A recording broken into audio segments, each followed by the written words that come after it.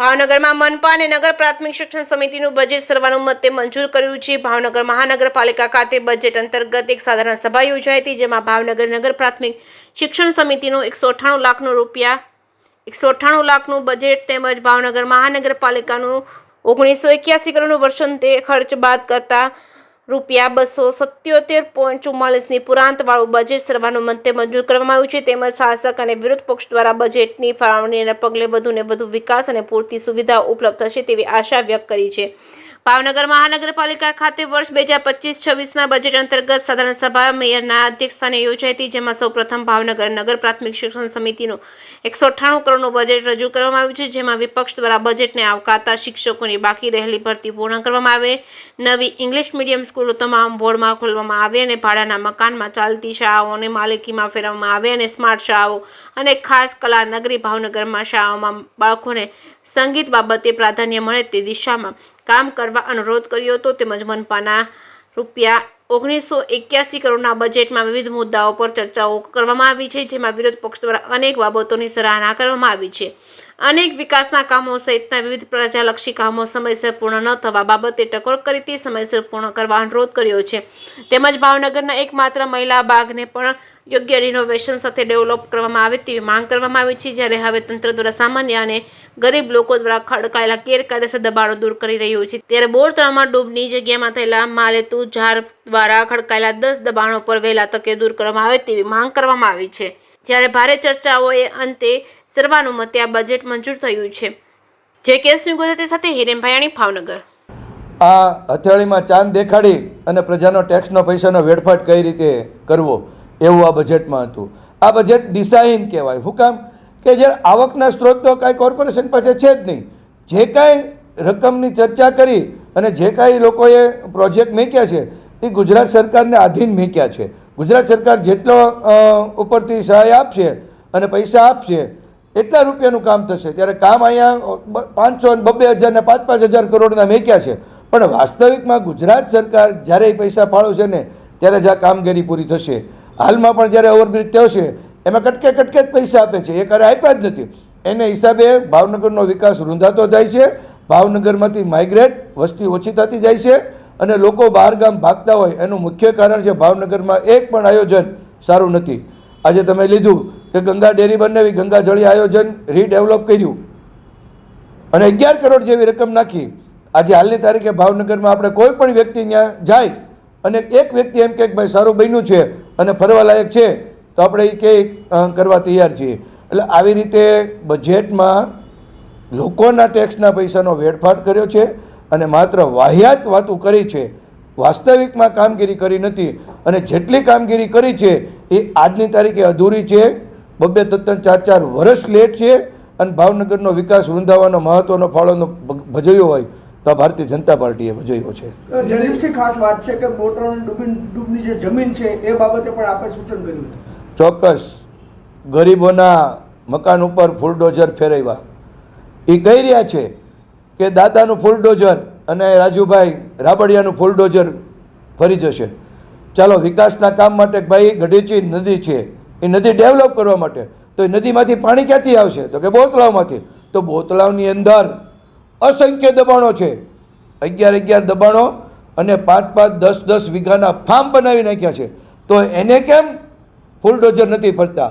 આ નાના અને ગરીબ અને મધ્યમ વર્ગના મકાન તોડી નાખ્યા છે। મેં બોર્ડમાં કીધું છે કે તુલસી આઈ ગરીબ કી કભી ન ખાલી જાય। આ બોરતળાવ ભરાશે તો જ અહીંયા નદીમાં પાણી આવશે। તો બોરતળાવની અંદર ખૂબ જ મોટા પ્રમાણમાં દબાણ છે, મોટી સ્કૂલો બની ગઈ છે, ત્યાં કેમ તમે બોલતા નથી?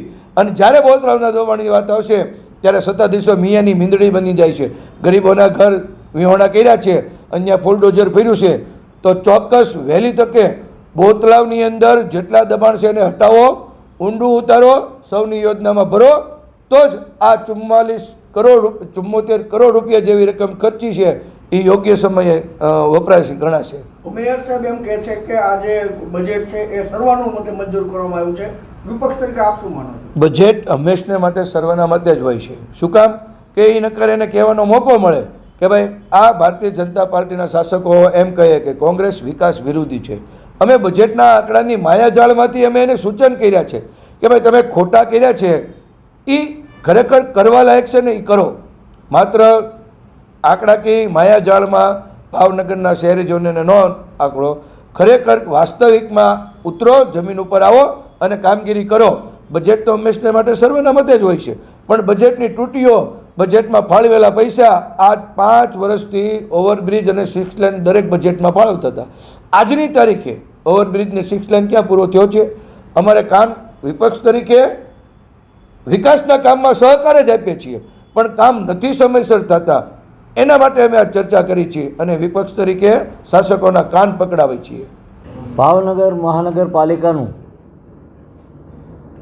2025-26નું બજેટ ઉઘડતી સિલક સહિત કુલ આવક રૂપિયા 1981 કરોડ 12 લાખની સામે રૂપિયા 1,703 કરોડ 68 લાખનો ખર્ચ કરતાં વર્ષાંતે રૂપિયા 277 કરોડ 44 લાખની પુરાંતવાળું અંદાજપત્ર મંજૂર કરવામાં આવ્યું છે.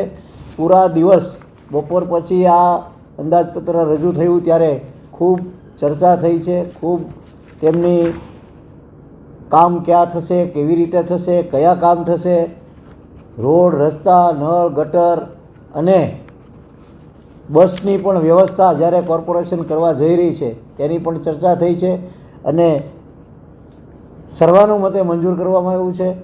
વિપક્ષે પણ તેમના વખાણ કર્યા છે અને ભાવનગરના આ વિકાસમાં ખૂબ સારું કામ થાય, આવકારદાયક થાય તેવું પ્રજા જે ઝંખી રહી છે તેવું કામ કરવાની સર્વાનુમતે અમે મંજૂર કર્યું છે. ડૂબની જમીનનું કામ છે એ દબાણ હટાવવામાં આવશે કે નહીં?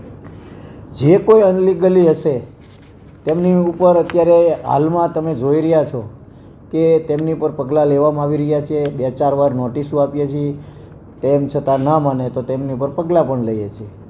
વિપક્ષ દ્વારા 10 નામો આપવામાં આવ્યા છે, એ 10 નામો પર થશે કાર્યવાહી?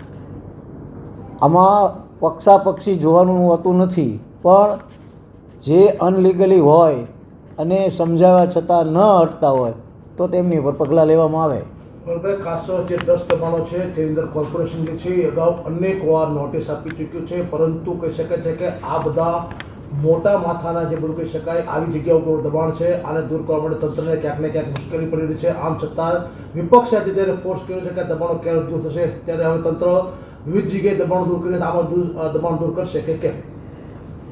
મેં કહ્યું તેમ, વિપક્ષે કહ્યું તેમ અને હું પણ કહું છું કે અનલીગલી હોય તેમને 2-4 વાર અમે નોટિસ આપીએ છીએ, તેમને સમજાવી જોઈએ છીએ, તેમને નુકસાન ન થાય તો હટાવી લે એવું પણ કહીએ છીએ. અને છેવટે ના કરે તો પછી અમે તેમને અમારે હટાવવું પડે છે, બુલડોઝર ફેરવવા પડે છે અને જેનું આપણી ફરજ હોય તે અમારે કરવી પડતી હોય છે. તો આ પણ આ જ પદ્ધતિથી કામ થશે. ગરીબોના ઘર તાત્કાલિક દૂર થયા, જ્યારે આ મોટા માતાના ઘર દૂર નથી થતા. ગરીબ તવંગર એવું લોકશાહીમાં ક્યાંય રાખવું પડતું નથી હોતું, રાખવું ન જોઈએ. તેમ આ અત્યારે જે દબાણ હટાવ થયું તે તો રસ્તાઓ કસારા, આપણે નદીનું શુદ્ધિકરણ માટે આપણે અનેક નોટિસો પણ આપી હતી અને આપની જાણ ખાતર કહેવાનું કે અનેક લોકો એવા પણ હતા જે દબાણ કરીને ભાડે આપતા હતા. 3 તો કૂવા ખોદી નાખ્યા હતા અને 3 કૂવા ભાડે આપેલા હતા. એટલે આવું બધું પણ ખૂબ નીકળ્યું છે. જ્યારે આપણે તે ખૂબ સારી વ્યવસ્થા કરવા જઈ રહ્યા છીએ. નદીનું શુદ્ધિકરણ, આપણું વહેણ છેક દરિયા સુધી પાણી જાય તે માટેની આ સગવડ, બંને બાજુ રસ્તા, ખૂબ સારી વ્યવસ્થા કરવા જઈ રહ્યા છીએ. ભાવનગરનું સુંદર અને હરિયાળું બનાવવા માટેનું આ પગલું છે એક.